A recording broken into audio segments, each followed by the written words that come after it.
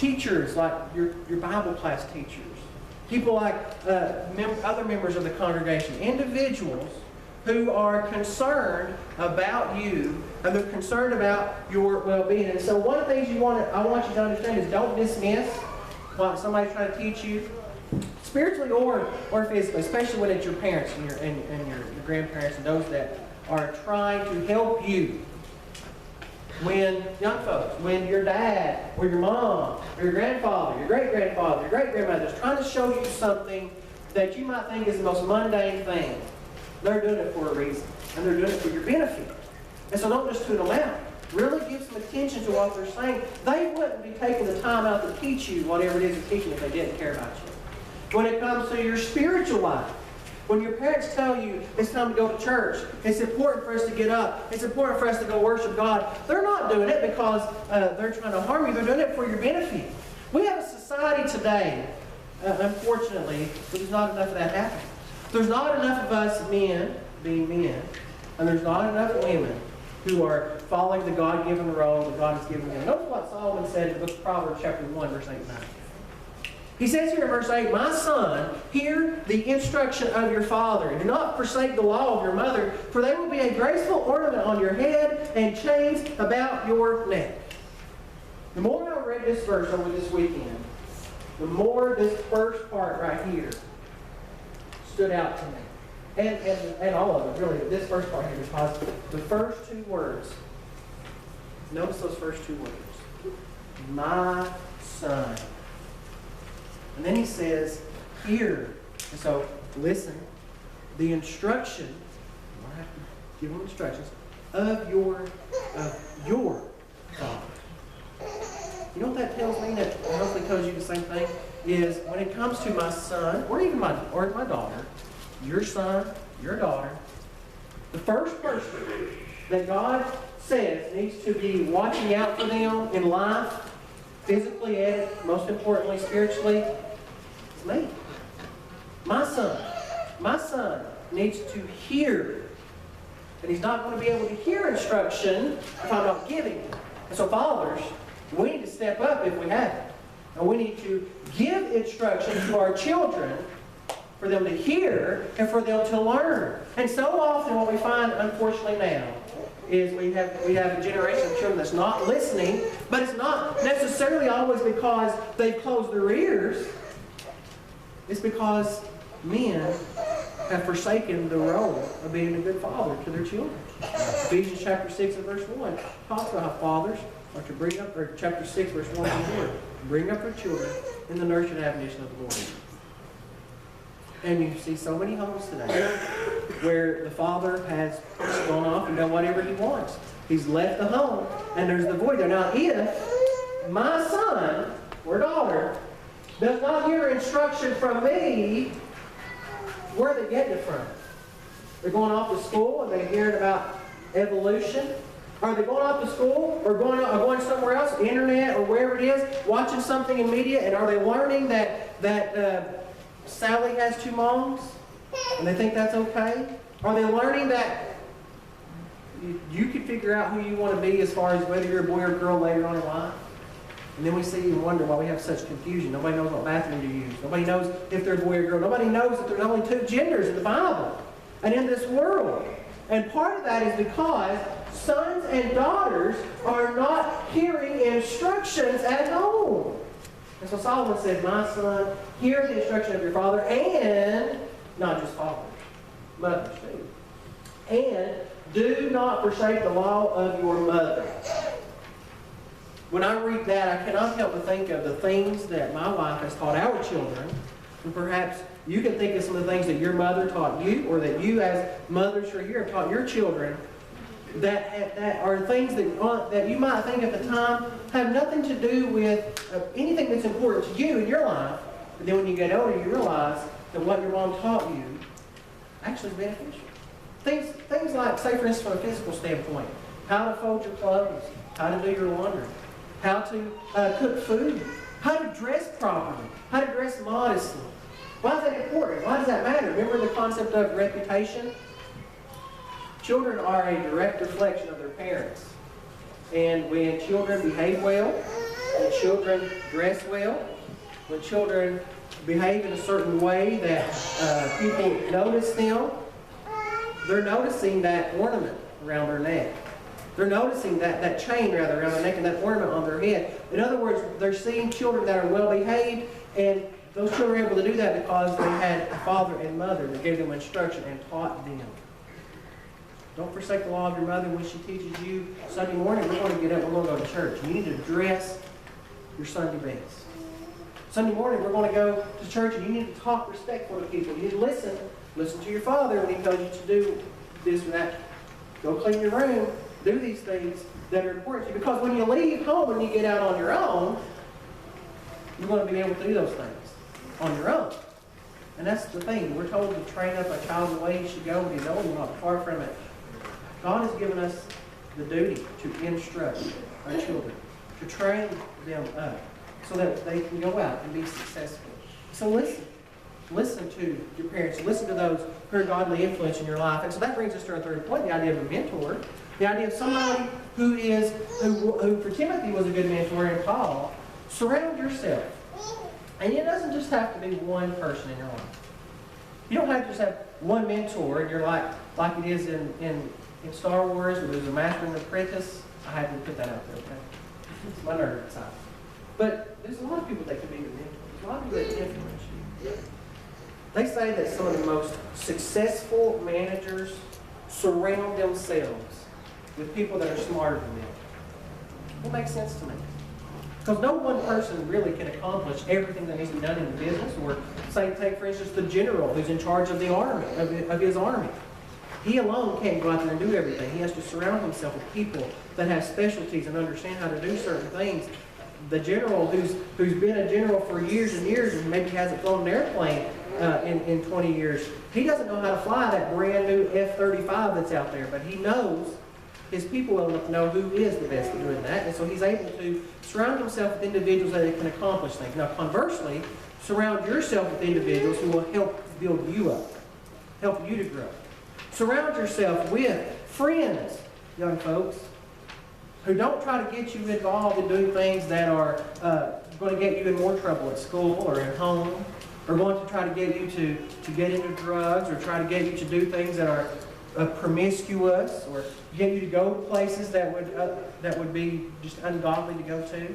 Surround yourself with people that have your interest, your interest as far as succeeding in life. Surround yourself with godly people who want you to succeed spiritually in life. That's why it's so important for us as Christians to fellowship with one another beyond just these four walls. Surround ourselves with people who are interested in going to heaven. Surround ourselves with people that are interested in picking us up when we fall and we stumble. And so the Bible tells us over in Proverbs chapter 30, or rather 13 and verse 20, he who walks with wise men will be wise, but the companion of fools will be destroyed. That's another profound scripture. When he talks about that, what comes to your mind? I'll tell you what comes to my mind. What comes to my mind is influence. What comes to my mind is, who is it that I'm around? You see, when you're around certain kind of people, you tend to pick up on their characteristics. They tend to it rubs off on you, as we say in our modern vernacular. So if you want to be somebody that's going to go to heaven someday, surround yourself with people that want to go to heaven. Don't surround yourself with people that have no interest at all. Sure, you need to influence them, but if you find yourself in a situation where you're casting your pearls before swine, it's time to move on to others. But I hope that we understand, I think I said this the last time too, though, that we should want to be around Christians.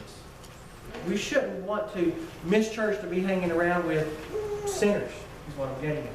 You know, I remember when I was younger, and I was working at McDonald's, I was missing a lot of church. I was having to work the night shift on Sundays, and maybe even was missing services on Wednesdays. And I found myself, I found myself wanting to be there more than I found myself wanting to be at the worship service. And that, when you get to that point, you know there's a problem. And you need to do something about it. And so surround yourself with people that have your spiritual interest at heart. Surround yourself with individuals who are wise rather than surrounding yourself with those who are going to lead you down the wrong path. You know, it's interesting. You surround yourself with fools, and the fools, of course, are those who reject God, ultimately. The psalmist writer said it's the fool that says there is no God. The Lord talked about the man that wanted to tear down his barns and build bigger barns, and God said, "Thou fool, it's not, your soul will be required of you." And he says here that when we're companions of fools, we're going to be destroyed. But isn't it interesting? What does the Bible say about the devil over in 1 Peter chapter 5? I believe it's verse 8. He walks about seeking whom he may devour. You got a better chance walking with godly Christian people surrounding you, protecting you, and lifting you up than you do walking around and being a companion of fools, because they don't care about you. They don't care about themselves. They're not worried about your spiritual well-being. So young folk, think about who your friends are. Think about who you're hanging around. And not just young folk, but all of us need to think about that as well. Nothing wrong with having friends that aren't Christians.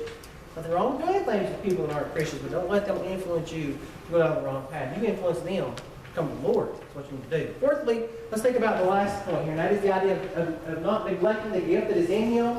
The idea is not to procrastinate. Paul encouraged Timothy to read, to give heed to reading, to exhortation, and to doctrine. And if you're going to do, and if that was going to be his focus, that was going to require some self-motivation on his part, some self-management of his time. And if you get into the habit of procrastinating, it is going to follow you, and it's going to bleed over into so many aspects of your life, not just religiously. You go to school and your teacher gives you an assignment and they say, "You got 2 weeks to write this paper," and you wait till day 13. I guess I better write my paper. It's due tomorrow. It's not going to come out good. And you get it and you think it's just silly. But then what happens when you get older?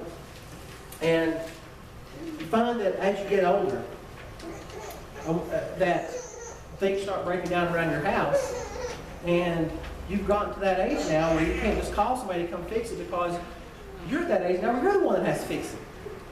And you just procrastinate, and you procrastinate, and you procrastinate. Before you know it, something went from being a $5 repair around your house to maybe a $200 repair around your house. And it's things that could have been avoided if you hadn't procrastinated. And so here's the thing. You procrastinate now about things that maybe not seem like that big a deal to you. Go clean your room, procrastinate about it. Pick up your toys, procrastinate about it. I'll get to it later. Go take a shower, do that later. Well, those might not seem like big things now, but what happens when you decide I want to get a job? Let me tell you something, how I used to be as a manager when I worked at McDonald's, and perhaps some of you folks who've been in situations where you looked at job applications and had the opportunity to hire or not to hire. I would look on job applications at job history. And if I saw that somebody had a job for 2 months, and then went on to another job for a month, and then they had another job for a month, in the span of 6 months they've had 3 or 4 jobs, chances are I wasn't going to hire them, because they already showed me that they have a reputation for not wanting to stick around. They have a reputation for being lazy. You see somebody that's been at a job for several years, and you kind of know, well, this person is probably somebody's going to work for me. You see, you develop that reputation. Again, as I said at the beginning of the lesson, reputation is foundational when it comes to the concept of influence in your life. And if you develop a reputation for being somebody that's lazy, nobody's going to want to hire you. Nobody's going to want to get you to try to help them do anything. Nobody's going to feel like they can rely upon you. And then what happens if you decide someday you want to try to be a servant of the Lord? Well, the reputation is going to follow you, and hopefully you'll learn, you'll grow, and you'll get away from that. But what if you're lazy and you think that I can just keep being lazy? You can't. You cannot keep being lazy and serve the Lord. We cannot be sedentary. God expects us to work. He expects us to do something. The Bible says in Proverbs 21:25, the desire of the lazy man kills him, for his hands refuse to labor. Now, what is the desire of the lazy man? His desire is sit around and be lazy. That's his desire. That's all he wants to do. You know people like that? You know people that just want to lay in bed all day? I think there's a comedian that says something about how that if you sleep so late in the day and then you finally get up and you procrastinate and you put things off. He said, have you ever done that to the point where you just decide you're just going to go right back to bed, go to sleep? That's lazy. That's lazy, and I see a lot of it. Maybe you do too. We see a lot of that now. Why is it like that? Well, I would suspect a lot of it's got to do with fathers not giving instructions to their sons and daughters, mothers not giving the law to their children, or as we say, I started to say it, lay the law down to their children. We're not raising our children as we should. I'm not saying that we here haven't done that, but in general, that's what's happening. But notice he says here, the desire for lazy man kills him. Why? Well, because if I'm lazy, then I'm not going to do anything, and I'm not going to go work. Well, guess what? If I'm not working, I'm not getting any money, and if I don't have any money, I can't buy any food. If I don't have any food, I'm going to starve to death. And so his hands refuse to labor. In his life, physically and spiritually, God expects us to work. As a matter of fact, the Apostle Paul said it this way in 2 Thessalonians chapter 3, verse 10. For when we were even with you, when they were there with the brethren at Thessalonica, for even when we were with you, we commanded you this: if anyone will not work, neither shall he eat. Now, this is talking about from a physical standpoint. Think of it. And let me finish this point, and I'll say something about it from a spiritual standpoint. And so we live in a society today where there's so many, we've been blessed as a society to have so many safety nets in place. I work, my job, 7.5 hours a day, is at a place that provides that safety net. But too often what happens is the desire to laziness decides that safety net doesn't become a safety net, but it becomes the only thing we have. And so many people that could work don't. So many people that could be parents aren't because of laziness. Now, what Paul says here, though, what if we didn't have those safety nets? Guess what? You'd live in a world where if you didn't work, you wouldn't have anything. And so what about those people that don't work and still have that safety net, food stamps and welfare and so forth? And then they find themselves maybe wanting a better house or wanting a better car or wanting more things for their children. You can have those things if you will work, if you will put forth some effort. Now, think about that from a spiritual standpoint. I was thinking about it as I was reading this. What if, when Paul wrote this, what if Paul really did mean what we do as Christians? Would we be easy men? You know, I go to work every day, Angie goes to work every day, a lot of you go to work every day. We expect every payday we're going to get paid so we can buy food, so we can take care of our children and pay our bills. But what if the amount of money that came on your paycheck and that came on my paycheck was dependent upon how much we work for the Lord? Then what would you get paid? I hope it'd be good. I hope it would be. But that's a self-examination for each and every one of us. How am I utilizing my time, my energy, and the influence that I have in this life? Put the things of this world aside and strive to serve the Lord. So as Paul brought his epistle to a close, he wrote the following to Timothy in 1 Timothy chapter 1, verse 16, chapter 6, verse 20 and verse 21. As Paul talked to Timothy about some very important things that is in there, he says, "O Timothy, guard what was committed to your trust, avoiding the profane and idle babblings and contradictions of what is falsely called knowledge." You see, there's a lot of influences around us. A lot of things people are telling your children that we evolved from monkeys. They're telling your children that there's 70 different genders. They're saying all this stuff. That you can have, there's multiple gods, that you can believe so many different things. They're saying all these things. You know what that falls under the category of? Idle babblings, profane and idle babblings, and contradictions of what is falsely called knowledge. They say, "Oh, we're enlightened." No, they're not. No, they're not. You know, I've just learned in the last couple of days. I will not use the names in order to protect the innocent. Somebody very near and dear to me. Maybe figure that out. Has a teacher in college who just recently told the class she is both Islamic and a feminist. I don't know how those two mix. That's what she said. And one of the guys in the classroom says, "Oh man," we heard her say that. She got all over the place. And she told him, and the whole class, you can't use the words him or her. You can't use gendered pronouns. You have to say human, individual, and things along those lines. That's the world we're living in now. But thankfully, if we raise our children right, then when they tell us about these things, they also let us know how foolish they realize it is.